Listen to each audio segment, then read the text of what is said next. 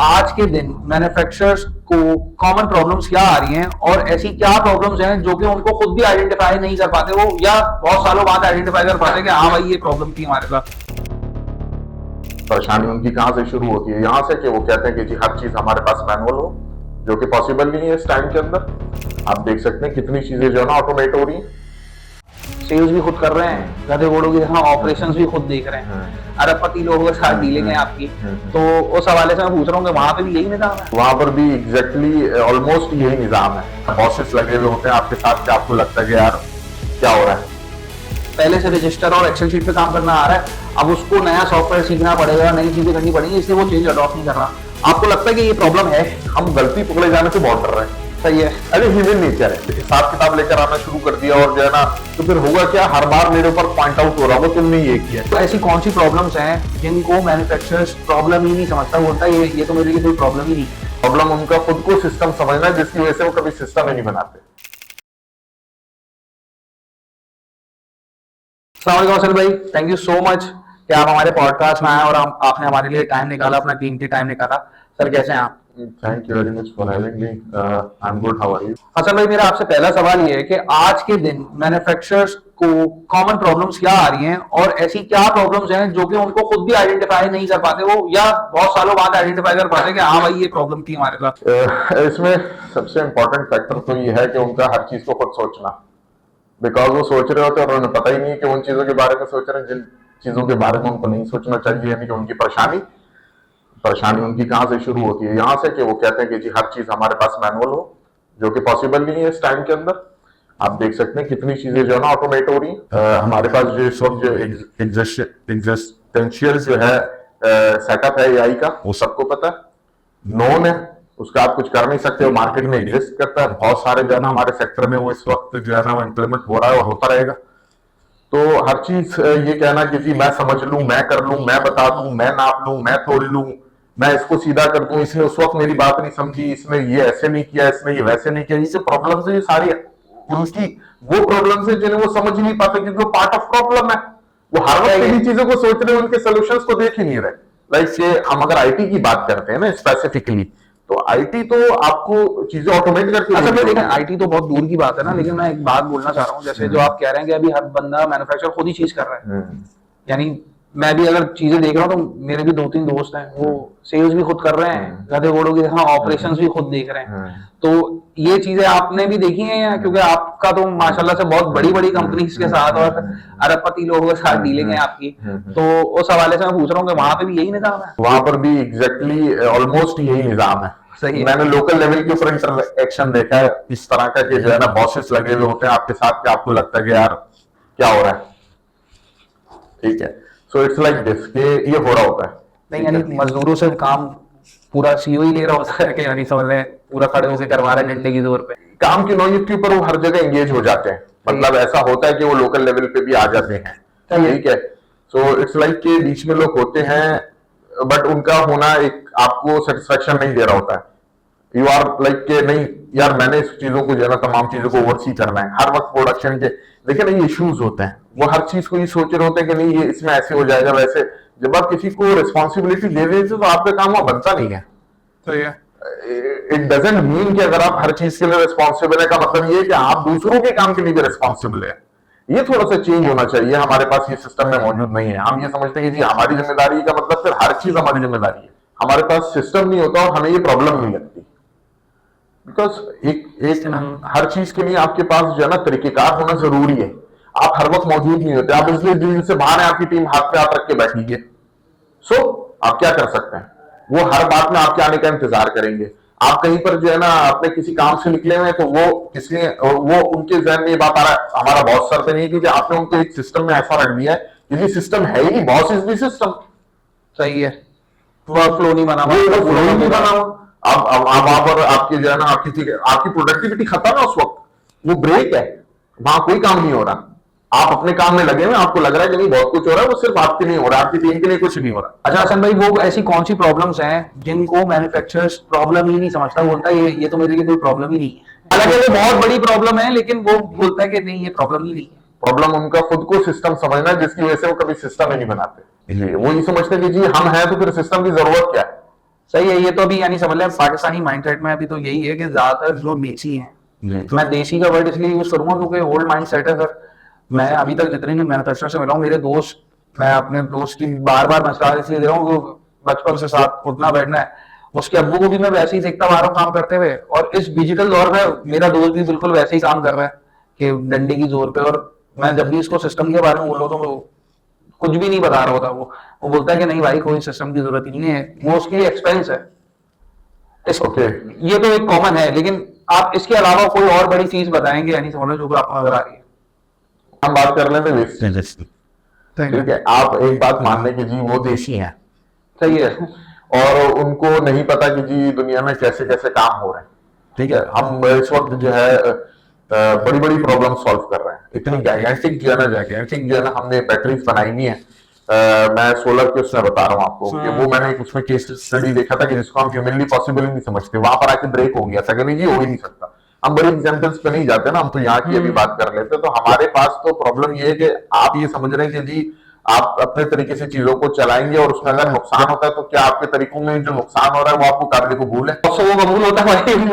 वो तो अपनी गलती मान ही नहीं रहे कि लेकिन सिस्टम भी नहीं है ना उनके पास, वो सिस्टम बनाने की कोशिश भी नहीं कर रहे, और जो गलतियां कर रहे हैं, माल अगर जाया हो रहा है उनका हर महीने का, तो उनको वो ये समझते हैं कि ये तो जाया होना ही होना है, और वो उसको कॉस्ट में शामिल। वेरी राइट, ये यहाँ मुझे आपकी बात जो है ना बहुत अच्छी लगी कि ऐसा ही है, एग्जैक्टली यही परसेप्शन है कि यार ये तो होगा ही होगा। अच्छा हसन भाई मुझे एक बात बताएं, आप लोग के जो यातीज हैं, क्योंकि मैंने आप लोगों का काफी फॉलो करा है आप लोगों को, और काफी मैन्युफैक्चरर से आप लोगों का नाम सुना है, लेकिन उन सब चीजों में कॉमन पैटर्न मैंने ये देखा है कि आप लोग ज्यादातर डील कर रहे हैं मिक्सिंग मैन्युफैक्चरर्स को, यानी समझ रहे हैं परफ्यूम्स हो गए, आपका पेंट इंडस्ट्री हो गया, या आपकी केमिकल इंडस्ट्री हो गई, जो आप लोगों को मिक्सिंग का, आप लोग बेसिकली मिक्सिंग इंडस्ट्री जो मैन्युफैक्चरर्स हैं उनको आप ईआरपी प्रोवाइड कर रहे हैं।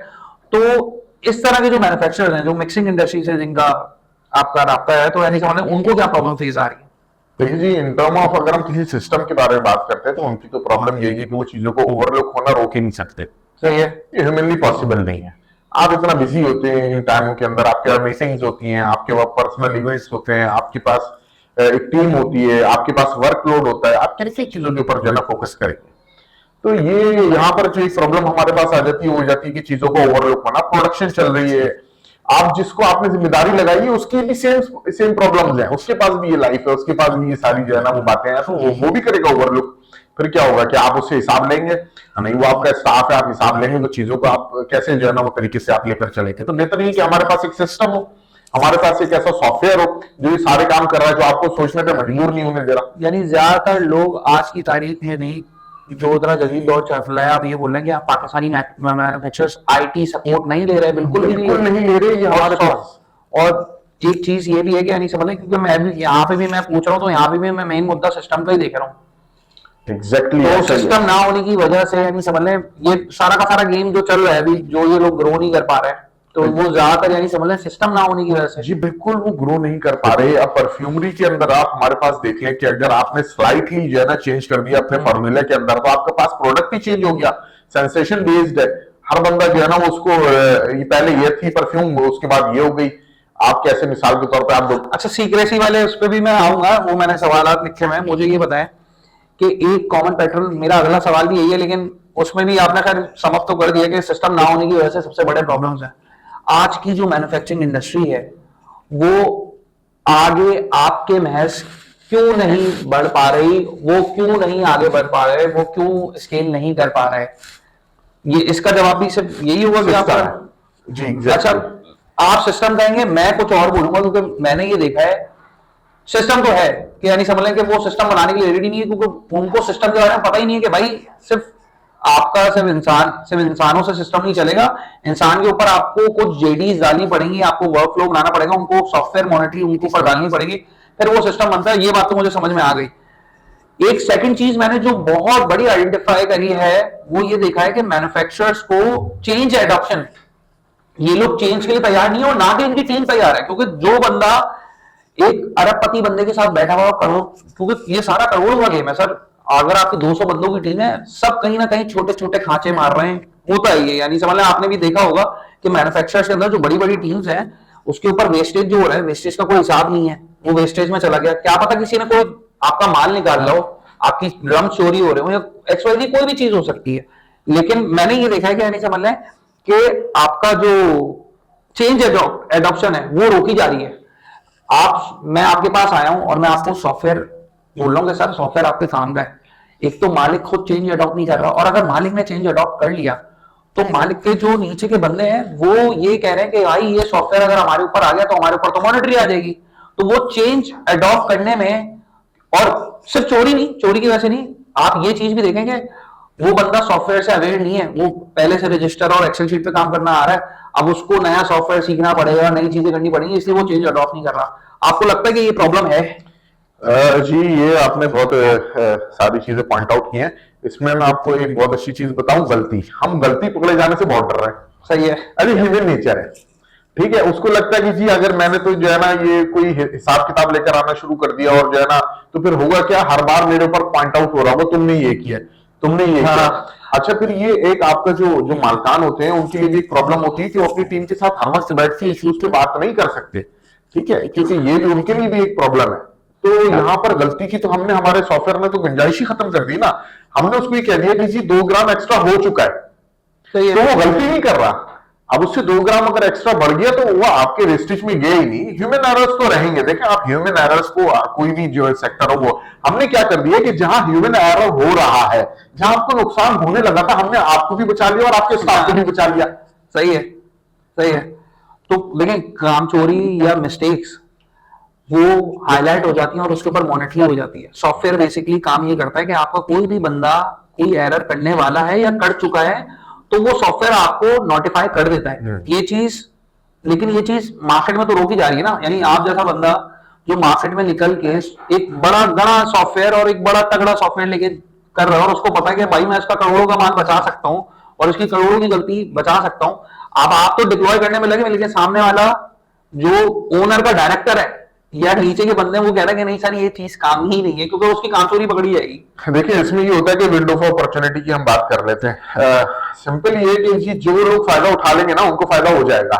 सही है। आप बात यहाँ पर आ जाए, ठीक है। तो जिनको समझ में आ गई कि ठीक है जी इसमें कोई मसला तो है नहीं, सही है। और दूसरी बात ये कि देखें आप ट्राई तो कर सकते हैं, और क्योंकि आपको अवेयरनेस नहीं है ना, प्रॉब्लम देखिए ट्राई की जरूरत क्यों पड़ रही है, आपको तो पता भी नहीं है कि सिस्टम काम कैसे कर रहा है, आप डेमो तो लें।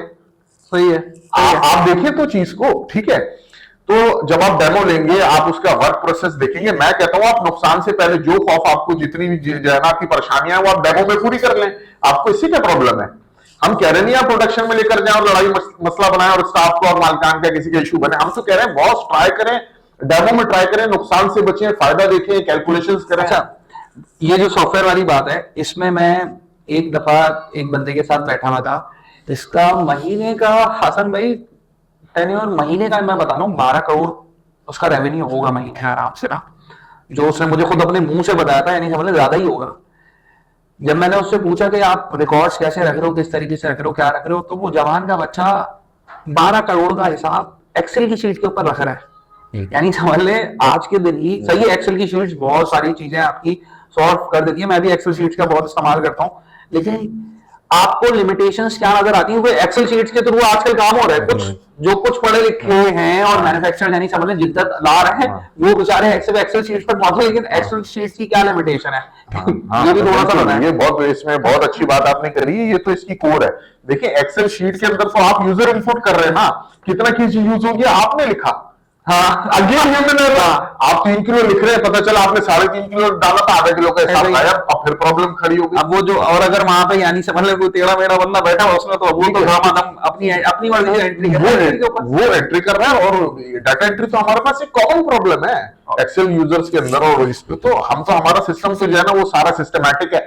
ड्रम भी इवन जो अगर आपका केमिकल ड्रम होता है तो हम ये भी नहीं चाह रहे, वो इसको ही होल्ड करता है, कवर करता है कि जी फर्ज करें आपने 10 ड्रम खरीद लिए थे एक चीज के, ठीक है। अब आपने एक ड्रम खोल लिया, वो ड्रम किसी तरह इन्वेंट्री में स्टोर में आगे पीछे हो गया, तो आप जो है ना दूसरा एक 5वें नंबर का ड्रम उठा के लिया, फिर खोल लिया, वो आधा वहां पर यूज हुआ, वो खुला हुआ रखा हुआ है, तो आपके वो तो इस चीज को भी होल्ड कर लेते कि नहीं सर रुके, ये वो ड्रम नहीं है, ये ड्रम आईडी वो नहीं है, आप जो है ना पहले खोल चुके हैं और उसमें आधा केमिकल बाकी है, उसको लेकर आए।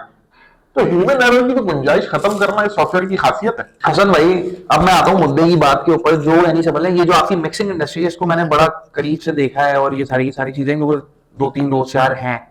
मुझे आप एक बात बताएं, इनको सबसे बड़ा जो डर होता है एक मैन्युफैक्चरर को ये सॉफ्टवेयर ना अपनाने का, यानी समझ ले मैं तीसरी वजह बोलूंगा। एक वजह तो आपने बताई कि भाई कि यानी समझ ले सिस्टम नहीं है, इस वजह से ग्रोथ होती है। दूसरी चीज मैंने एक आइडेंटिफाई करी थी कि चेंज अडॉप्शन है, सही है। तीसरी चीज ये है कि वो तो आपको भी पता है कि यानी समझ ये जो फॉर्मूला सीक्रेट रखते हैं ये लोग, जो परफ्यूम्स वाले होते हैं मेजरली, इनको अपने फॉर्मूला से बड़ा प्यार है और ऑब्वियसली बात है होना भी चाहिए, उसी ने पूरा पूरा बनाया है।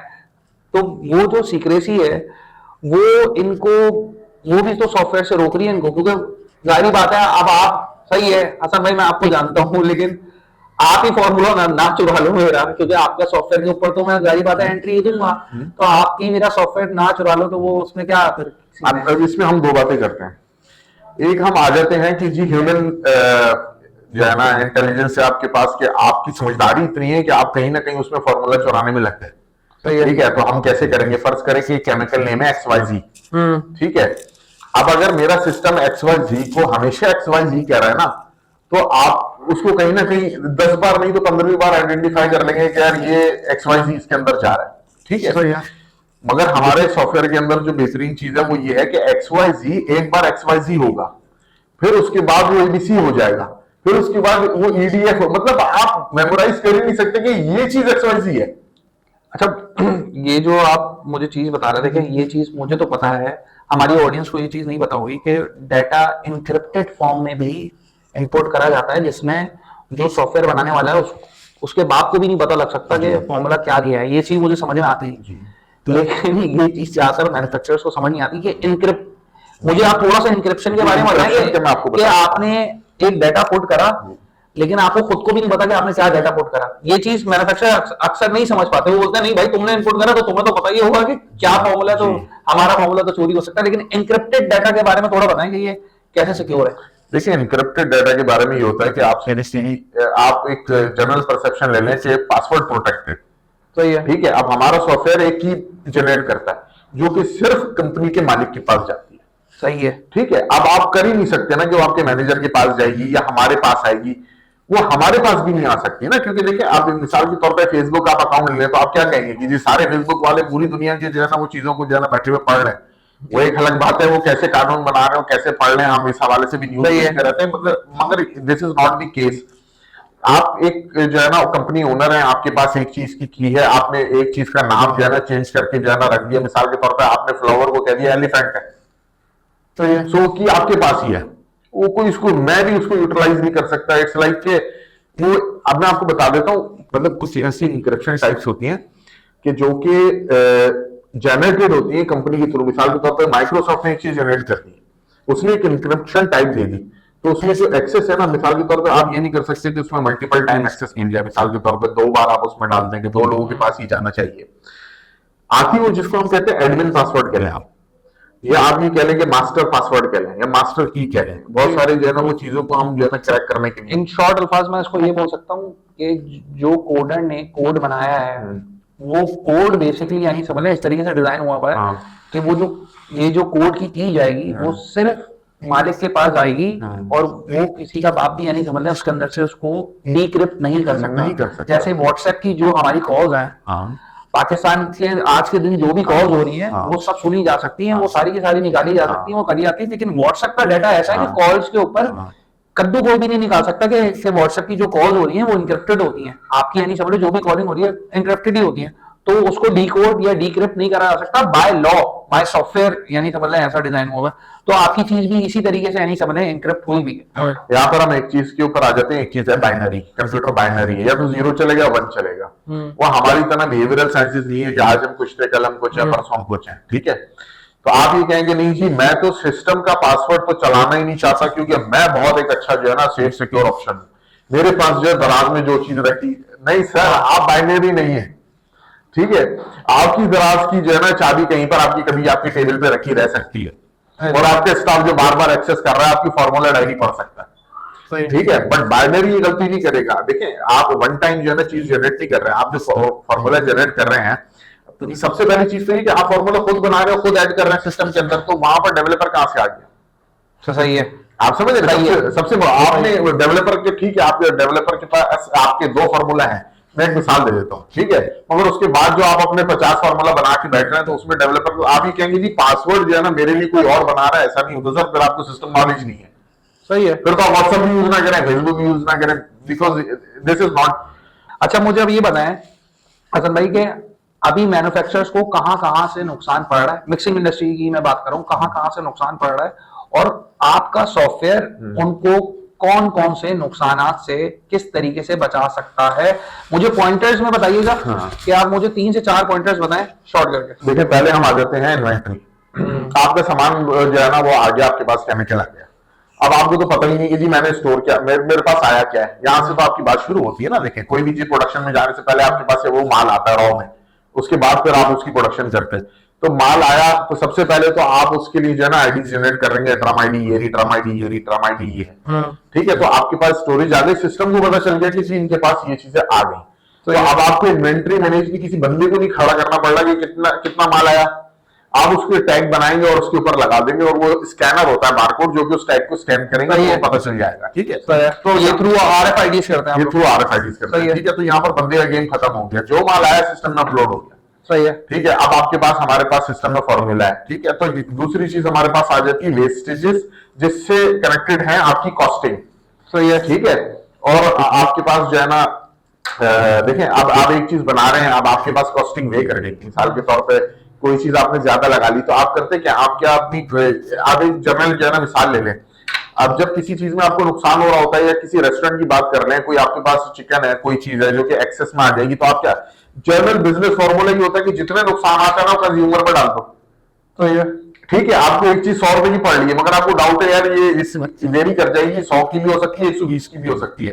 तो आपने क्या करा, एक एवरेज बना लिया 15 रुपए का, नुकसान साइड पे आप रहे कि जी 15 रुपए ज्यादा से ज्यादा रखो, 20 नहीं दे सकते, आपको थोड़ी सी देती है, ठीक है। तो आपने 1500 रुपए किससे ले लिए, कंज्यूमर से ले लिए, तो क्या हुआ, कॉस्टिंग ऊपर चले गई। अब क्या है कि अगर किसी ने कॉस्टिंग मैनेज कर ली, तो आपका प्रोडक्ट अच्छा था फिर भी नहीं बिक रहा, दूसरे को महंगा लग रहा है। सही है, ठीक है। तो हमारे पास ये कॉमन प्रॉब्लम है। अच्छा ये तो दूसरी बात हो गई। ये जो अभी आपने बात करी है इंग्रेडिएंट फॉर्मुलाइजेशन जो होती है, यानी जो आपका फॉर्मूला वगैरह बनता है सारा का सारा, मुझे बस ये बताएं कि ये जो इंग्रेडिएंट जब मैच कर रहा होता है बंदा, तो ये आप उसी के बारे में अपना यानी समझ मुझे थोड़ा सा इंग्रेडिएंट फॉर्मुलाइजेशन के बारे में थोड़ा सा और बताएं। जी देखिए, इंग्रेडिएंट्स तो वो आप एक फॉर्मूला जनरेट कर लेते हैं, मिसाल के तौर क्योंकि पर एक तो इंसानी इंग्रेडिएंट बना रहे हैं ना, यानी समझ लें कि मालिक खुद खड़ा होकर बना रहा है 200 किलो ये वाला माल डालो, 100 किलो ये वाला डालो, और ये सारी की सारी चीजें होती हैं। और एक आपका सॉफ्टवेयर वेइंग मशीन के थ्रू जो कर रहा होता है, हाँ वो ठीक है। अब मैं आपको बता दूं तो नुकसान से, अब मैं आपको एक बड़ी प्रिसाइज डे टू डे में से एक एग्जांपल लेकर आता हूँ। कोयटे वाले की चाय लेके, ठीक है, वहां पर क्योंकि वेइंग मशीन नहीं है, वहां पर कोई कैलकुलेशन नहीं है, वहां पर कोई सॉफ्टवेयर नहीं है, तो बार बार चमचा चला रहा होता है, बार बार हथेली पे लग रहा होता है, और बार बार उसको टेस्ट कर रहा होता है, बार बार उसका कलर चेक कर रहा होता है। इट्स लाइक कि कांस्टेंट प्रोसेस, क्योंकि सिस्टम नहीं है। तो क्या होगा, कभी चाय कैसी बनती है, और ये नॉर्मल होता है घर में भी। आप कभी कहते हैं कि जी ये नहीं हो गया, ये हो गया।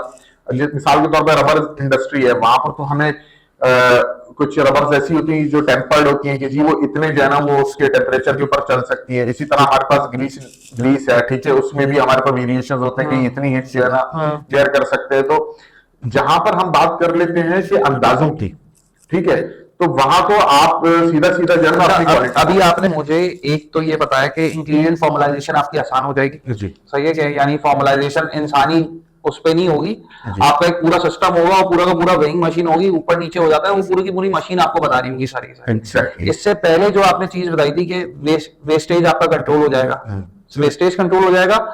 सॉरी, इससे पहले आपने बताया था आरएफआईडीज कि आपकी जो भी स्टॉक की मॉनिटरिंग एक वो आ जाएगी। दूसरी आपने मुझे चीज बताई कि आपकी इंग्रेडिएंट फॉर्मुलाइजेशन आसान हो जाएगी। और क्या फायदे हैं इसके? देखिए, आप सबसे पहले तो देखें, आप अगर आपके पास इन्वेंट्री मैनेज हो गई, ठीक है, फिर आपके पास प्रोडक्शन प्रिसाइज हो गई, ठीक है। जो चीज आप बना रहे एक बार, वो आप 1000 बार बनाए वो वही बनती निकलेगी, उसमें जरा सी भी जो है ना कोई भूल चूक गलती ह्यूमन एरर, आपका इंग्रेडिएंट फॉर्मूला बिल्कुल केएफसी की तरह हो गया, जो चीज चाहिए वही मिलेगी, वो मिलेगी आपको, ठीक है। और फिर इसमें आप बहुत सारी चीजों से भी रिलैक्स हो जाते हैं, फ्री हो जाते हैं। मिसाल के तौर पे देखिए, आपके पास स्टाफ है, कोई बीमार हो गया, कोई छुट्टी पे चला गया, प्रोडक्शन डिलेज है, वो हो ही नहीं रहा, वहां किसी को भी खड़ा कर रहे हैं, सही है, ठीक है, क्योंकि हर चीज तो कंप्यूटर कर रही है, उसने देखना है, चंद चीजें नोटिस करनी है, अच्छा ये हो जाएगा, ये हो जाएगा, दैट्स इट। फीफो लीफो के भी आपके चक्कर मेरे ख्याल से एग्जैक्टली है। उसमें तो ये होता है कि जी जो हमारे पास, मिसाल के तौर पर मैंने आपको मिसाल मैं आपको एक और देता हूँ कि जी ड्रम्स हमारे पास आ रहे हैं, हमारे पास केमिकल आ रहा है, तो अब ये हो रहा है कि जो चीज एक बार कंज्यूम हो गई, 10 केजी का जो है ना उसका साइज था, ठीक है, वो 10 केजी उसमें से नहीं कंज्यूम हुई, 8 केजी कंज्यूम हो गई, थोड़ा सा खाली हो गया, आपने उसको थोड़ा सा पीछे कर दिया, सेम ड्रम आपने दूसरा खोल दिया। तो ऐसा हो ही नहीं सकता। जो ड्रम खुला हुआ है, सिस्टम को ये बात पता है कि नहीं जी ये मेरे पास 8 केजी यूटिलाइज हुआ है और 2 केजी मेरे पास अभी स्टोर्ड है। अब देखें यहाँ पर एक फोर्थ पॉइंट हमारे पास है, प्रोक्योरमेंट। ठीक है, जब आप कोई चीज परचेज करने खड़े होते हैं और आपके पास सिस्टमैटिक इन्वेंट्री नहीं है, तो आपको वो प्रोक्योरमेंट के लिए भी फिर आप सोचने बैठेंगे, फिर आप हिसाब लगाएंगे, तो प्रोक्योरमेंट आपकी इजी हो गई। आप बतौर जो है ना मालिक बैठे हुए और आपको आपके पास एक रिपोर्ट है, आपको पता नहीं जी मेरे पास ये एग्जिस्ट करता है, या जो भी आपका जो है ना प्रोक्योरमेंट मैनेजर आपको लाके देता है कि सर ये है, तो कम से कम आप उसके ऊपर ट्रस्ट गेम में नहीं जा रहे होंगे कि जी अच्छा मुझे चेक करना पड़ेगा, किसी से चेक करवा लूं, क्रॉस चेक हो जाए, या इसी बंदे को आप दोबारा भेज देंगे जरा एक बार और देख कर आ जाओ, ठीक है। तो ये डिलेज है, जो एक्यूरेसी है आपकी, और इसमें जो है ना आपका जो स्मूथनेस है, देखिए सिस्टम आपको लेकर आके देता है ईज ऑफ थिंग्स, सही है, ठीक है, कि आप सुकून से बैठे, कुछ नहीं हो रहा, मैं चल रहा हूं।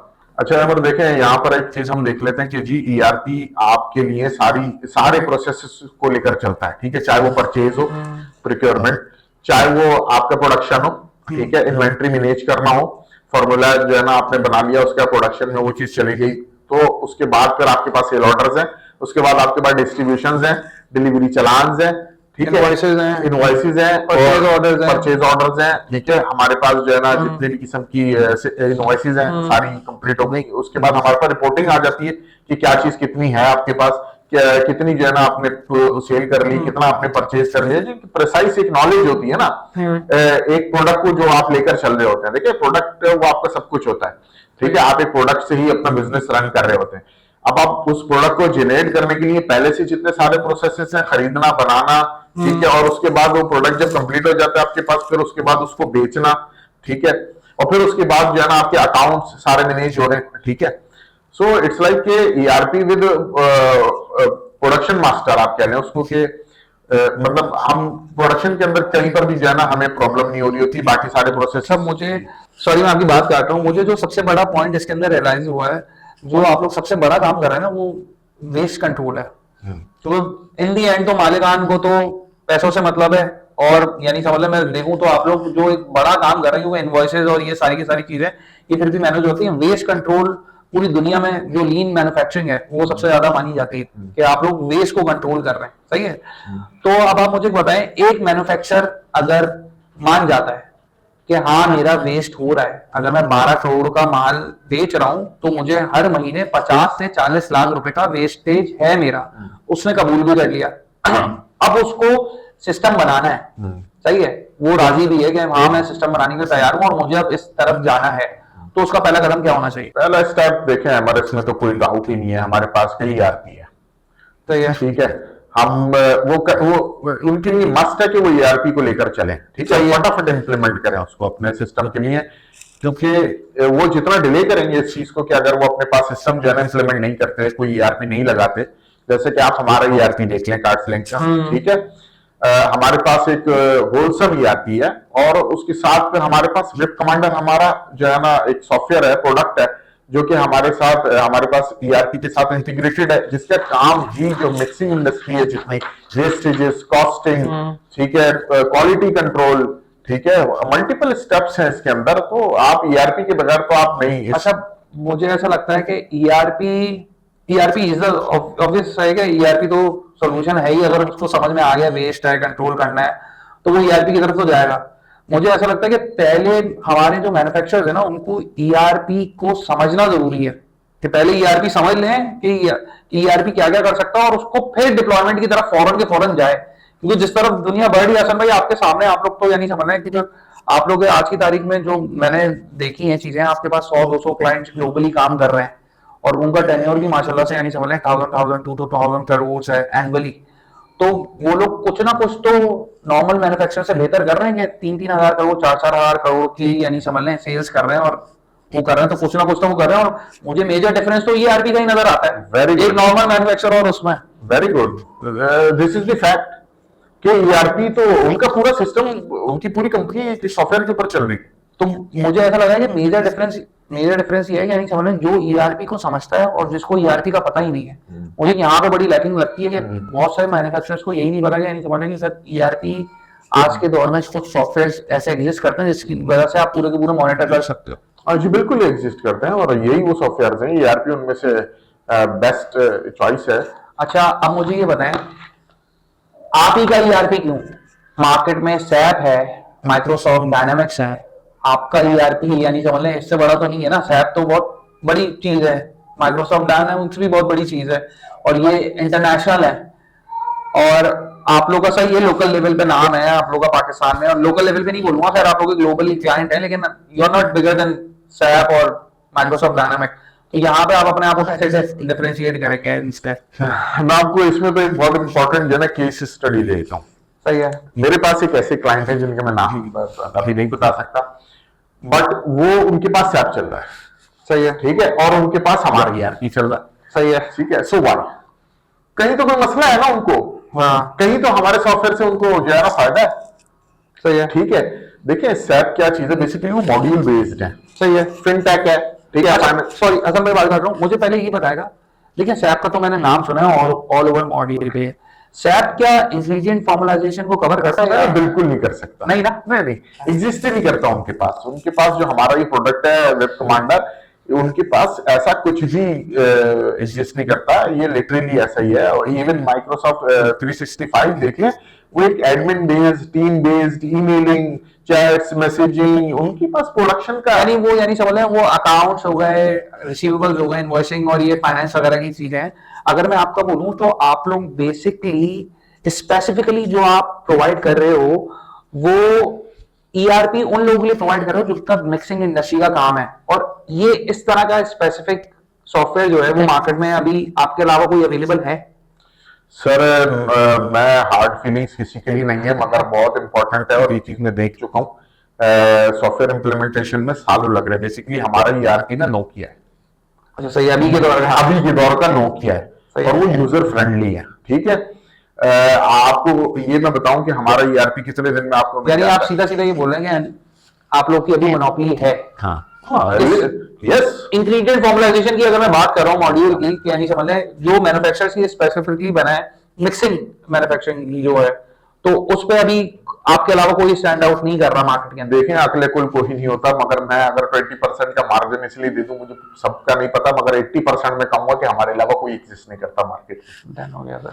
अच्छा सर भाई, इन्वेंट्री मैनेजमेंट जो है, इन्वेंट्री को ऑडिट करना, ये इंतहाई मैं समझता हूँ बहुत मुश्किल काम है। ये 2-3 हजार गस्ते यानी समझ लें फैक्ट्रीज बनी हुई और बेतहाशा माल पड़ा हुआ है। तो मेरी ऑब्जर्वेशन तो ये कहती है यानी समझ लें कि एक अगर कभी किसी मालिक को इन्वेंट्री ऑडिट करवानी है तो उसको कुछ नहीं 7 से 8 बंदे उसको ऑडिट करेंगे, और उस 7 से 8 बंदे भी वो भी अच्छे खासे दिन लेंगे इसलिए भी इन्वेंट्री को ऑडिट करने में, क्योंकि करोड़ों अरबों का माल पड़ा हो काउंटिंग में तो सारी बात है, तो ये तो अच्छा खासा टाइम लेके जाता होगा। तो ये सॉफ्टवेयर आपकी ये जो चीजें हैं ये किस तरीके से ये सॉर्ट हो जाती हैं सॉफ्टवेयर वगैरह के थ्रू? सर यहाँ तो हमारे पास एक गोल्डन रूल है कि आपको इन्वेंट्री में 0% एफर्ट करना है। सही है। उसकी वजह ये कि क्योंकि आपका कोई माल स्कैन हुए बगैर रखा ही नहीं जा रहा। मतलब आपकी इन्वेंट्री जब आ रही है तो उसी वक्त सिस्टम को पता है। मतलब आप अगर उसको जाके फिजिकली चेक करना चाहेंगे, आपको उसकी जरूरत नहीं है कि सिस्टम रिपोर्ट जनरेट कर देगा। आप हमारी रिपोर्ट वेरीफाई कर लें, एक बार कर लें, 2 बार कर लें, अपनी तसल्ली से नहीं कर लें। सही है। ठीक है, मगर हमने तो जो यूजर लेवल के ऊपर यानी कि जो इंसानी लेवल के ऊपर के एक बंदा खड़ा हुआ और वो गिन रहा है और वो हिसाब रख रहा है, वो केस तो खत्म कर दिया। अच्छा, ये आपने जो शुरू में मुझे RFID का बताया था, ये बेसिकली माल जैसे ही आ रहा है, हाँ। लेट्स सपोज आपने माल खरीदा, माल आ रहा है, आपको एक बात बताऊं, जब आप हमारे सिस्टम की और मैनुअल एंट्रीज की बात करते हैं ना, तो मैनुअल एंट्रीज में ना हर एंट्री मैनुअल है। यानी कि आप सामान लेकर आए तो वो भी आपने लिखा, और जो आपने प्रोडक्शन करी, जो माल आपने बनाया उसकी भी आपने मैनुअली एंट्री करी है। ठीक है, अब यहाँ हम आ जाते हैं अपने सॉफ्टवेयर की। एक तो देखिए जो आपके पास सारा रॉ मटेरियल आया, एक तो वो सिस्टम में फीड हुए बगैर आगे गया नहीं। ठीक है, और दूसरी चीज कि जब आपने मिसाल के तौर पे उसमें से 50 केजी का आपके पास जो है ना रॉ मटेरियल मौजूद था, आपने उसमें से 20 केजी की प्रोडक्शन कर ली, क्योंकि आपने प्रोडक्शन हमारे रेंज स्केल के ऊपर करी और हमारे सॉफ्टवेयर के थ्रू करी। तो ये चीज वो रिकॉर्ड में आ गई। अब ऐसा नहीं हो सकता, और ऐसा नहीं हो सकता कि जो पहले मैनुअल तरीका होता था, हाँ, रजिस्टर पे एंट्री नहीं हुई या एक्सेल के ऊपर एंट्री नहीं हुई। ठीक है, अब यानी कि अगर हम इसकी मैनुअल प्रॉब्लम में चले जाएं और फिर हम सोल्यूशन की बात करेंगे। मैनुअल प्रॉब्लम तो ये कि आपके पास एक स्टोर में पर्सन ए बैठा हुआ है, उसको आपने एक 25 किलो की चीज लाके दे दी। प्रोडक्शन में आपके पास पर्सन बी बैठा हुआ है, आपने उसको कह दिया प्रोडक्शन कर दो, मगर पर्सन बी ने एंट्री नहीं करी। तो पर्सन ए के पास जो है ना वो रिकॉर्ड में मौजूद है कि जी 20 केजी पर्सन बी ने यूटिलाइज कर लिया, मगर पर्सन बी कह रहा है कि नहीं, पर्सन ए के पास तो 25 केजी होना चाहिए था। अब इसमें ये है कि देखिए हमारे पास एक चीज, जब भी आप कोई सॉफ्टवेयर बनाते हैं, टेक साइड पे आप कोई भी काम कर रहे होते हैं, सो इट टेक्स टाइम। ठीक है, आप प्रोडक्ट को अपने रिफाइन कर रहे होते हैं, यूजर के इनपुट्स आ रहे होते हैं, आपकी टीम के इनपुट्स होते हैं, तो चीज एक डेवलप होती रहती है। ठीक है, मिसाल के तौर पे आपको, हाँ इसमें ये कि आपको वो नहीं करना पड़ेगा हर बार, ये एक बेनिफिट है कि आप ड्रम उठाएंगे, आपको पता करना है ड्रम में कितना केजी माल पड़ा हुआ है। ठीक है, तो आप लेकर जाएंगे नॉर्मली इसको वेइंग स्केल के ऊपर, इसकी आपको जरूरत ही नहीं है, वहीं पर आप स्कैनर देना उसके ऊपर लगा, वो सारे जगह पड़ा। सही है। अच्छा हसन भाई, एक ओवरऑल बात कर रहा हूँ कि यानी समझ लें ये जो आपकी जो मिक्सिंग इंडस्ट्री है जितनी भी है, पेंट मैन्युफैक्चरर्स, परफ्यूम्स और ये केमिकल वाले हो गए, इनके लिए एक्सेल पे काम करना, रजिस्टर्स पे काम करना और ये जो ओल्ड मेथड्स हैं इनकी क्या लिमिटेशंस है, और हमारी जो चीज है उसमें क्या फर्क है? यानी समझ लें एक बात, एक मोटा मोटा मुझे फर्क बताएं कि ओवरऑल तो देखिए यही है कि जी आपको अपने यूजर को ट्रेन करने के लिए उन प्रोडक्ट्स के ऊपर बहुत ज्यादा मेहनत करना पड़ती है। हमारे सॉफ्टवेयर के अंदर इतना नहीं है। आप मिसाल के तौर पर कहीं की भी हायरिंग कर लेते हैं तो उनकी जो बेसिक चीजें होती है, इनवॉइसिंग वगैरह, ये वो यूजर फ्रेंडली दे होती है ईआरपी के ऊपर। इट्स जस्ट लाइक कि आप कहीं और सिस्टम चलाकर आए थे और कहीं और आपने उसकी जो है यूटिलाइजेशन कर ली। इट्स लाइक आप यूज्ड टू उस चीज के लिए। अच्छा, मैं आपकी बात से इख्तलाफ करूंगा। मार्केट में ईआरपीस मौजूद है और मिक्सिंग इंडस्ट्री के लिए भी मौजूद है। मैं जानता हूं, सही है, आप लोग बहुत ज्यादा यानी समझ लें क्योंकि आप लोग की तारीफ है, काफी क्लाइंट्स से सुनी है, लेकिन मार्केट में 2-3 सॉफ्टवेयर कंपनीज हैं जो कि मिक्सिंग इंडस्ट्री को भी सॉफ्टवेयर बना रही हैं। तो आपकी यूनिकनेस मुझे बताएंगे, यानी समझ लेंगे कार्टस्लिंग की अपनी एक क्या यूनिकनेस है, बाकी आप लोग कैसे डिफरेंशिएट करते हैं? देखिए जी, बहुत इंपॉर्टेंट इसके अंदर जो चीज है वो यही है कि हम तो, आपका प्रोडक्शन मैनेजर आपके फ्लोर पे जाएगा और वहां जाके सारे ऑपरेशंस को देखेगा। ठीक है, मगर हमारे ईआरपी के अंदर तो ऐसा कुछ भी नहीं है। आपके प्रोडक्शन मैनेजर की जरूरत ही नहीं है आप उसको फ्लोर पे जाने की। ठीक है, आपके पास सारी प्रोडक्शन ऑटोमेटेड है, तो आप और इससे ज्यादा बेहतर आपको क्या जो है इस सिस्टम में चीज मिलेगी कि आपको फ्लोर पे प्रोडक्शन मैनेजर की जरूरत ही नहीं और प्रोडक्शन चल रही है। तो आप चाइना लेवल की बात कर रहे हैं। अच्छा हसन भाई, आप मुझे अभी कोई रियल टाइम केस स्टडी बताएं अपने कि आप लोगों ने कौन से क्लाइंट्स हैं जिनका आप नाम ले सकते हैं यहाँ पर, आपके ऐसे कौन से क्लाइंट्स हैं जिनकी आपने मुश्किल आसान बनाई है और उनके लिए आपने यानी समझ बड़े करामत साबित हुए हैं आप लोग? कोई एक केस स्टडी? ठीक है, नाम तो थोड़ा सा यहाँ पर लेना जाना सर ले सकते हैं आप, एक दो का तो ले ही सकते हैं आप। क्लाइंट्स का नाम इतना लेना आसान नहीं होता, बट मैं आपको प्रॉब्लम्स बहुत अच्छी बता सकता हूँ। जैसे कि सबसे पहले जो होती है, जो क्रूशियल की वेबसाइट के ऊपर, मैंने खुद वेबसाइट पे गया हूँ, पूरे खुलेआम कार्टस्लिंग बताए हैं उनके कौन कौन। मैं फ्रांस एंड की बात कर रहा हूँ या आप टैब्रोस्टामा की, लेकिन आप फ्रांस एंड की बात, क्लाइंट्स के नाम ले सकता हूँ, और मगर ये बताना कि किस क्लाइंट की क्या प्रॉब्लम थी। अच्छा, आप मुझे ओवरऑल बता दें कि आपने क्या मुश्किल आसान करी है? देखिए, सबसे पहले तो मैं आपको बता दूं जो कि बहुत क्रूशियल होती है, वो ये होती है कि जी कंप्लेंट्स। सही है, ठीक है, जब आपके पास कंप्लेंट्स आना शुरू हो जाती है ना, तो आपकी इश्यूज बनना शुरू हो जाते हैं। ठीक है, फिर आप यूए की तरफ चले जाते हैं, फिर आप उसकी जो है ना उसमें से चीजें फाइंड आउट करना शुरू करते हैं, ये मसला है कहाँ। ठीक है, तो जी हमारे ईआरपी ने तो, हमारे सॉफ्टवेयर ने तो इसको बिल्कुल ही एलिमिनेट कर दिया, क्योंकि जब आपने स्टैंडर्ड बना दिया कि प्रोडक्शन आपकी वेरी करेगी ही नहीं, मतलब एक बार आपने एक प्रोडक्ट बना दिया तो वो 1000 बार भी वही प्रोडक्ट होगा, तो कंप्लेंट तो 0% आ गई। सही है, क्यों? क्योंकि प्रोडक्शन वेरी नहीं हो रही। कंप्लेंट तो तब आ रही है ना कि जब आप गलतियां कर रहे थे वहां पर। मैं स्पेसिफिक किसी केस स्टडी की बात कर रहा हूँ अपना हसन भाई, अगर आप कोड कर सकते हैं तो बताएं। मुझे ये पता है कि आप लोगों ने काफी प्रॉब्लम सॉल्व करी है मार्केट के अंदर। मैं कोई एक केस स्टडी की बात कर रहा हूँ आपका, जैसे फ्रांस एक क्लाइंट है आपका जो कि माशाल्लाह से 10 साल से आपके साथ है और इन्होंने सॉफ्टवेयर बहुत पहले एडॉप्शन करी है सॉफ्टवेयर की इन लोगों ने, तो ये लोग आज बड़े अच्छे पेज पर हैं और आप लोग सॉफ्टवेयर वगैरह इस्तेमाल कर रहे हैं, ये लोग ठीक है। तो मैं उस हवाले से बात कर रहा हूँ कि आपके पास इसके अलावा, या क्योंकि अगर मैं इन्हीं की प्रॉब्लम पूछता हूँ कि इन्होंने आपकी क्या प्रॉब्लम ट्रेस करिए और इसको क्या सॉर्ट करें। देखिए मैं आपको बता देता हूँ कि फ्रांस अब छोड़ता नहीं है आप लोगों को। जी अल्हम्दुलिल्लाह। इस हवाले से मैं आपको एक चीज बता सकता हूँ कि देखें, मैं तो एक प्रॉब्लम आपको बता देता हूँ केस की, ठीक है। हमारे पास एक चीज होती है, हम यूज करते हैं मॉस्किटो रिपेलेंट, ओके, उसके लिए हम कॉइल्स भी यूज करते हैं, हाँ। ठीक है।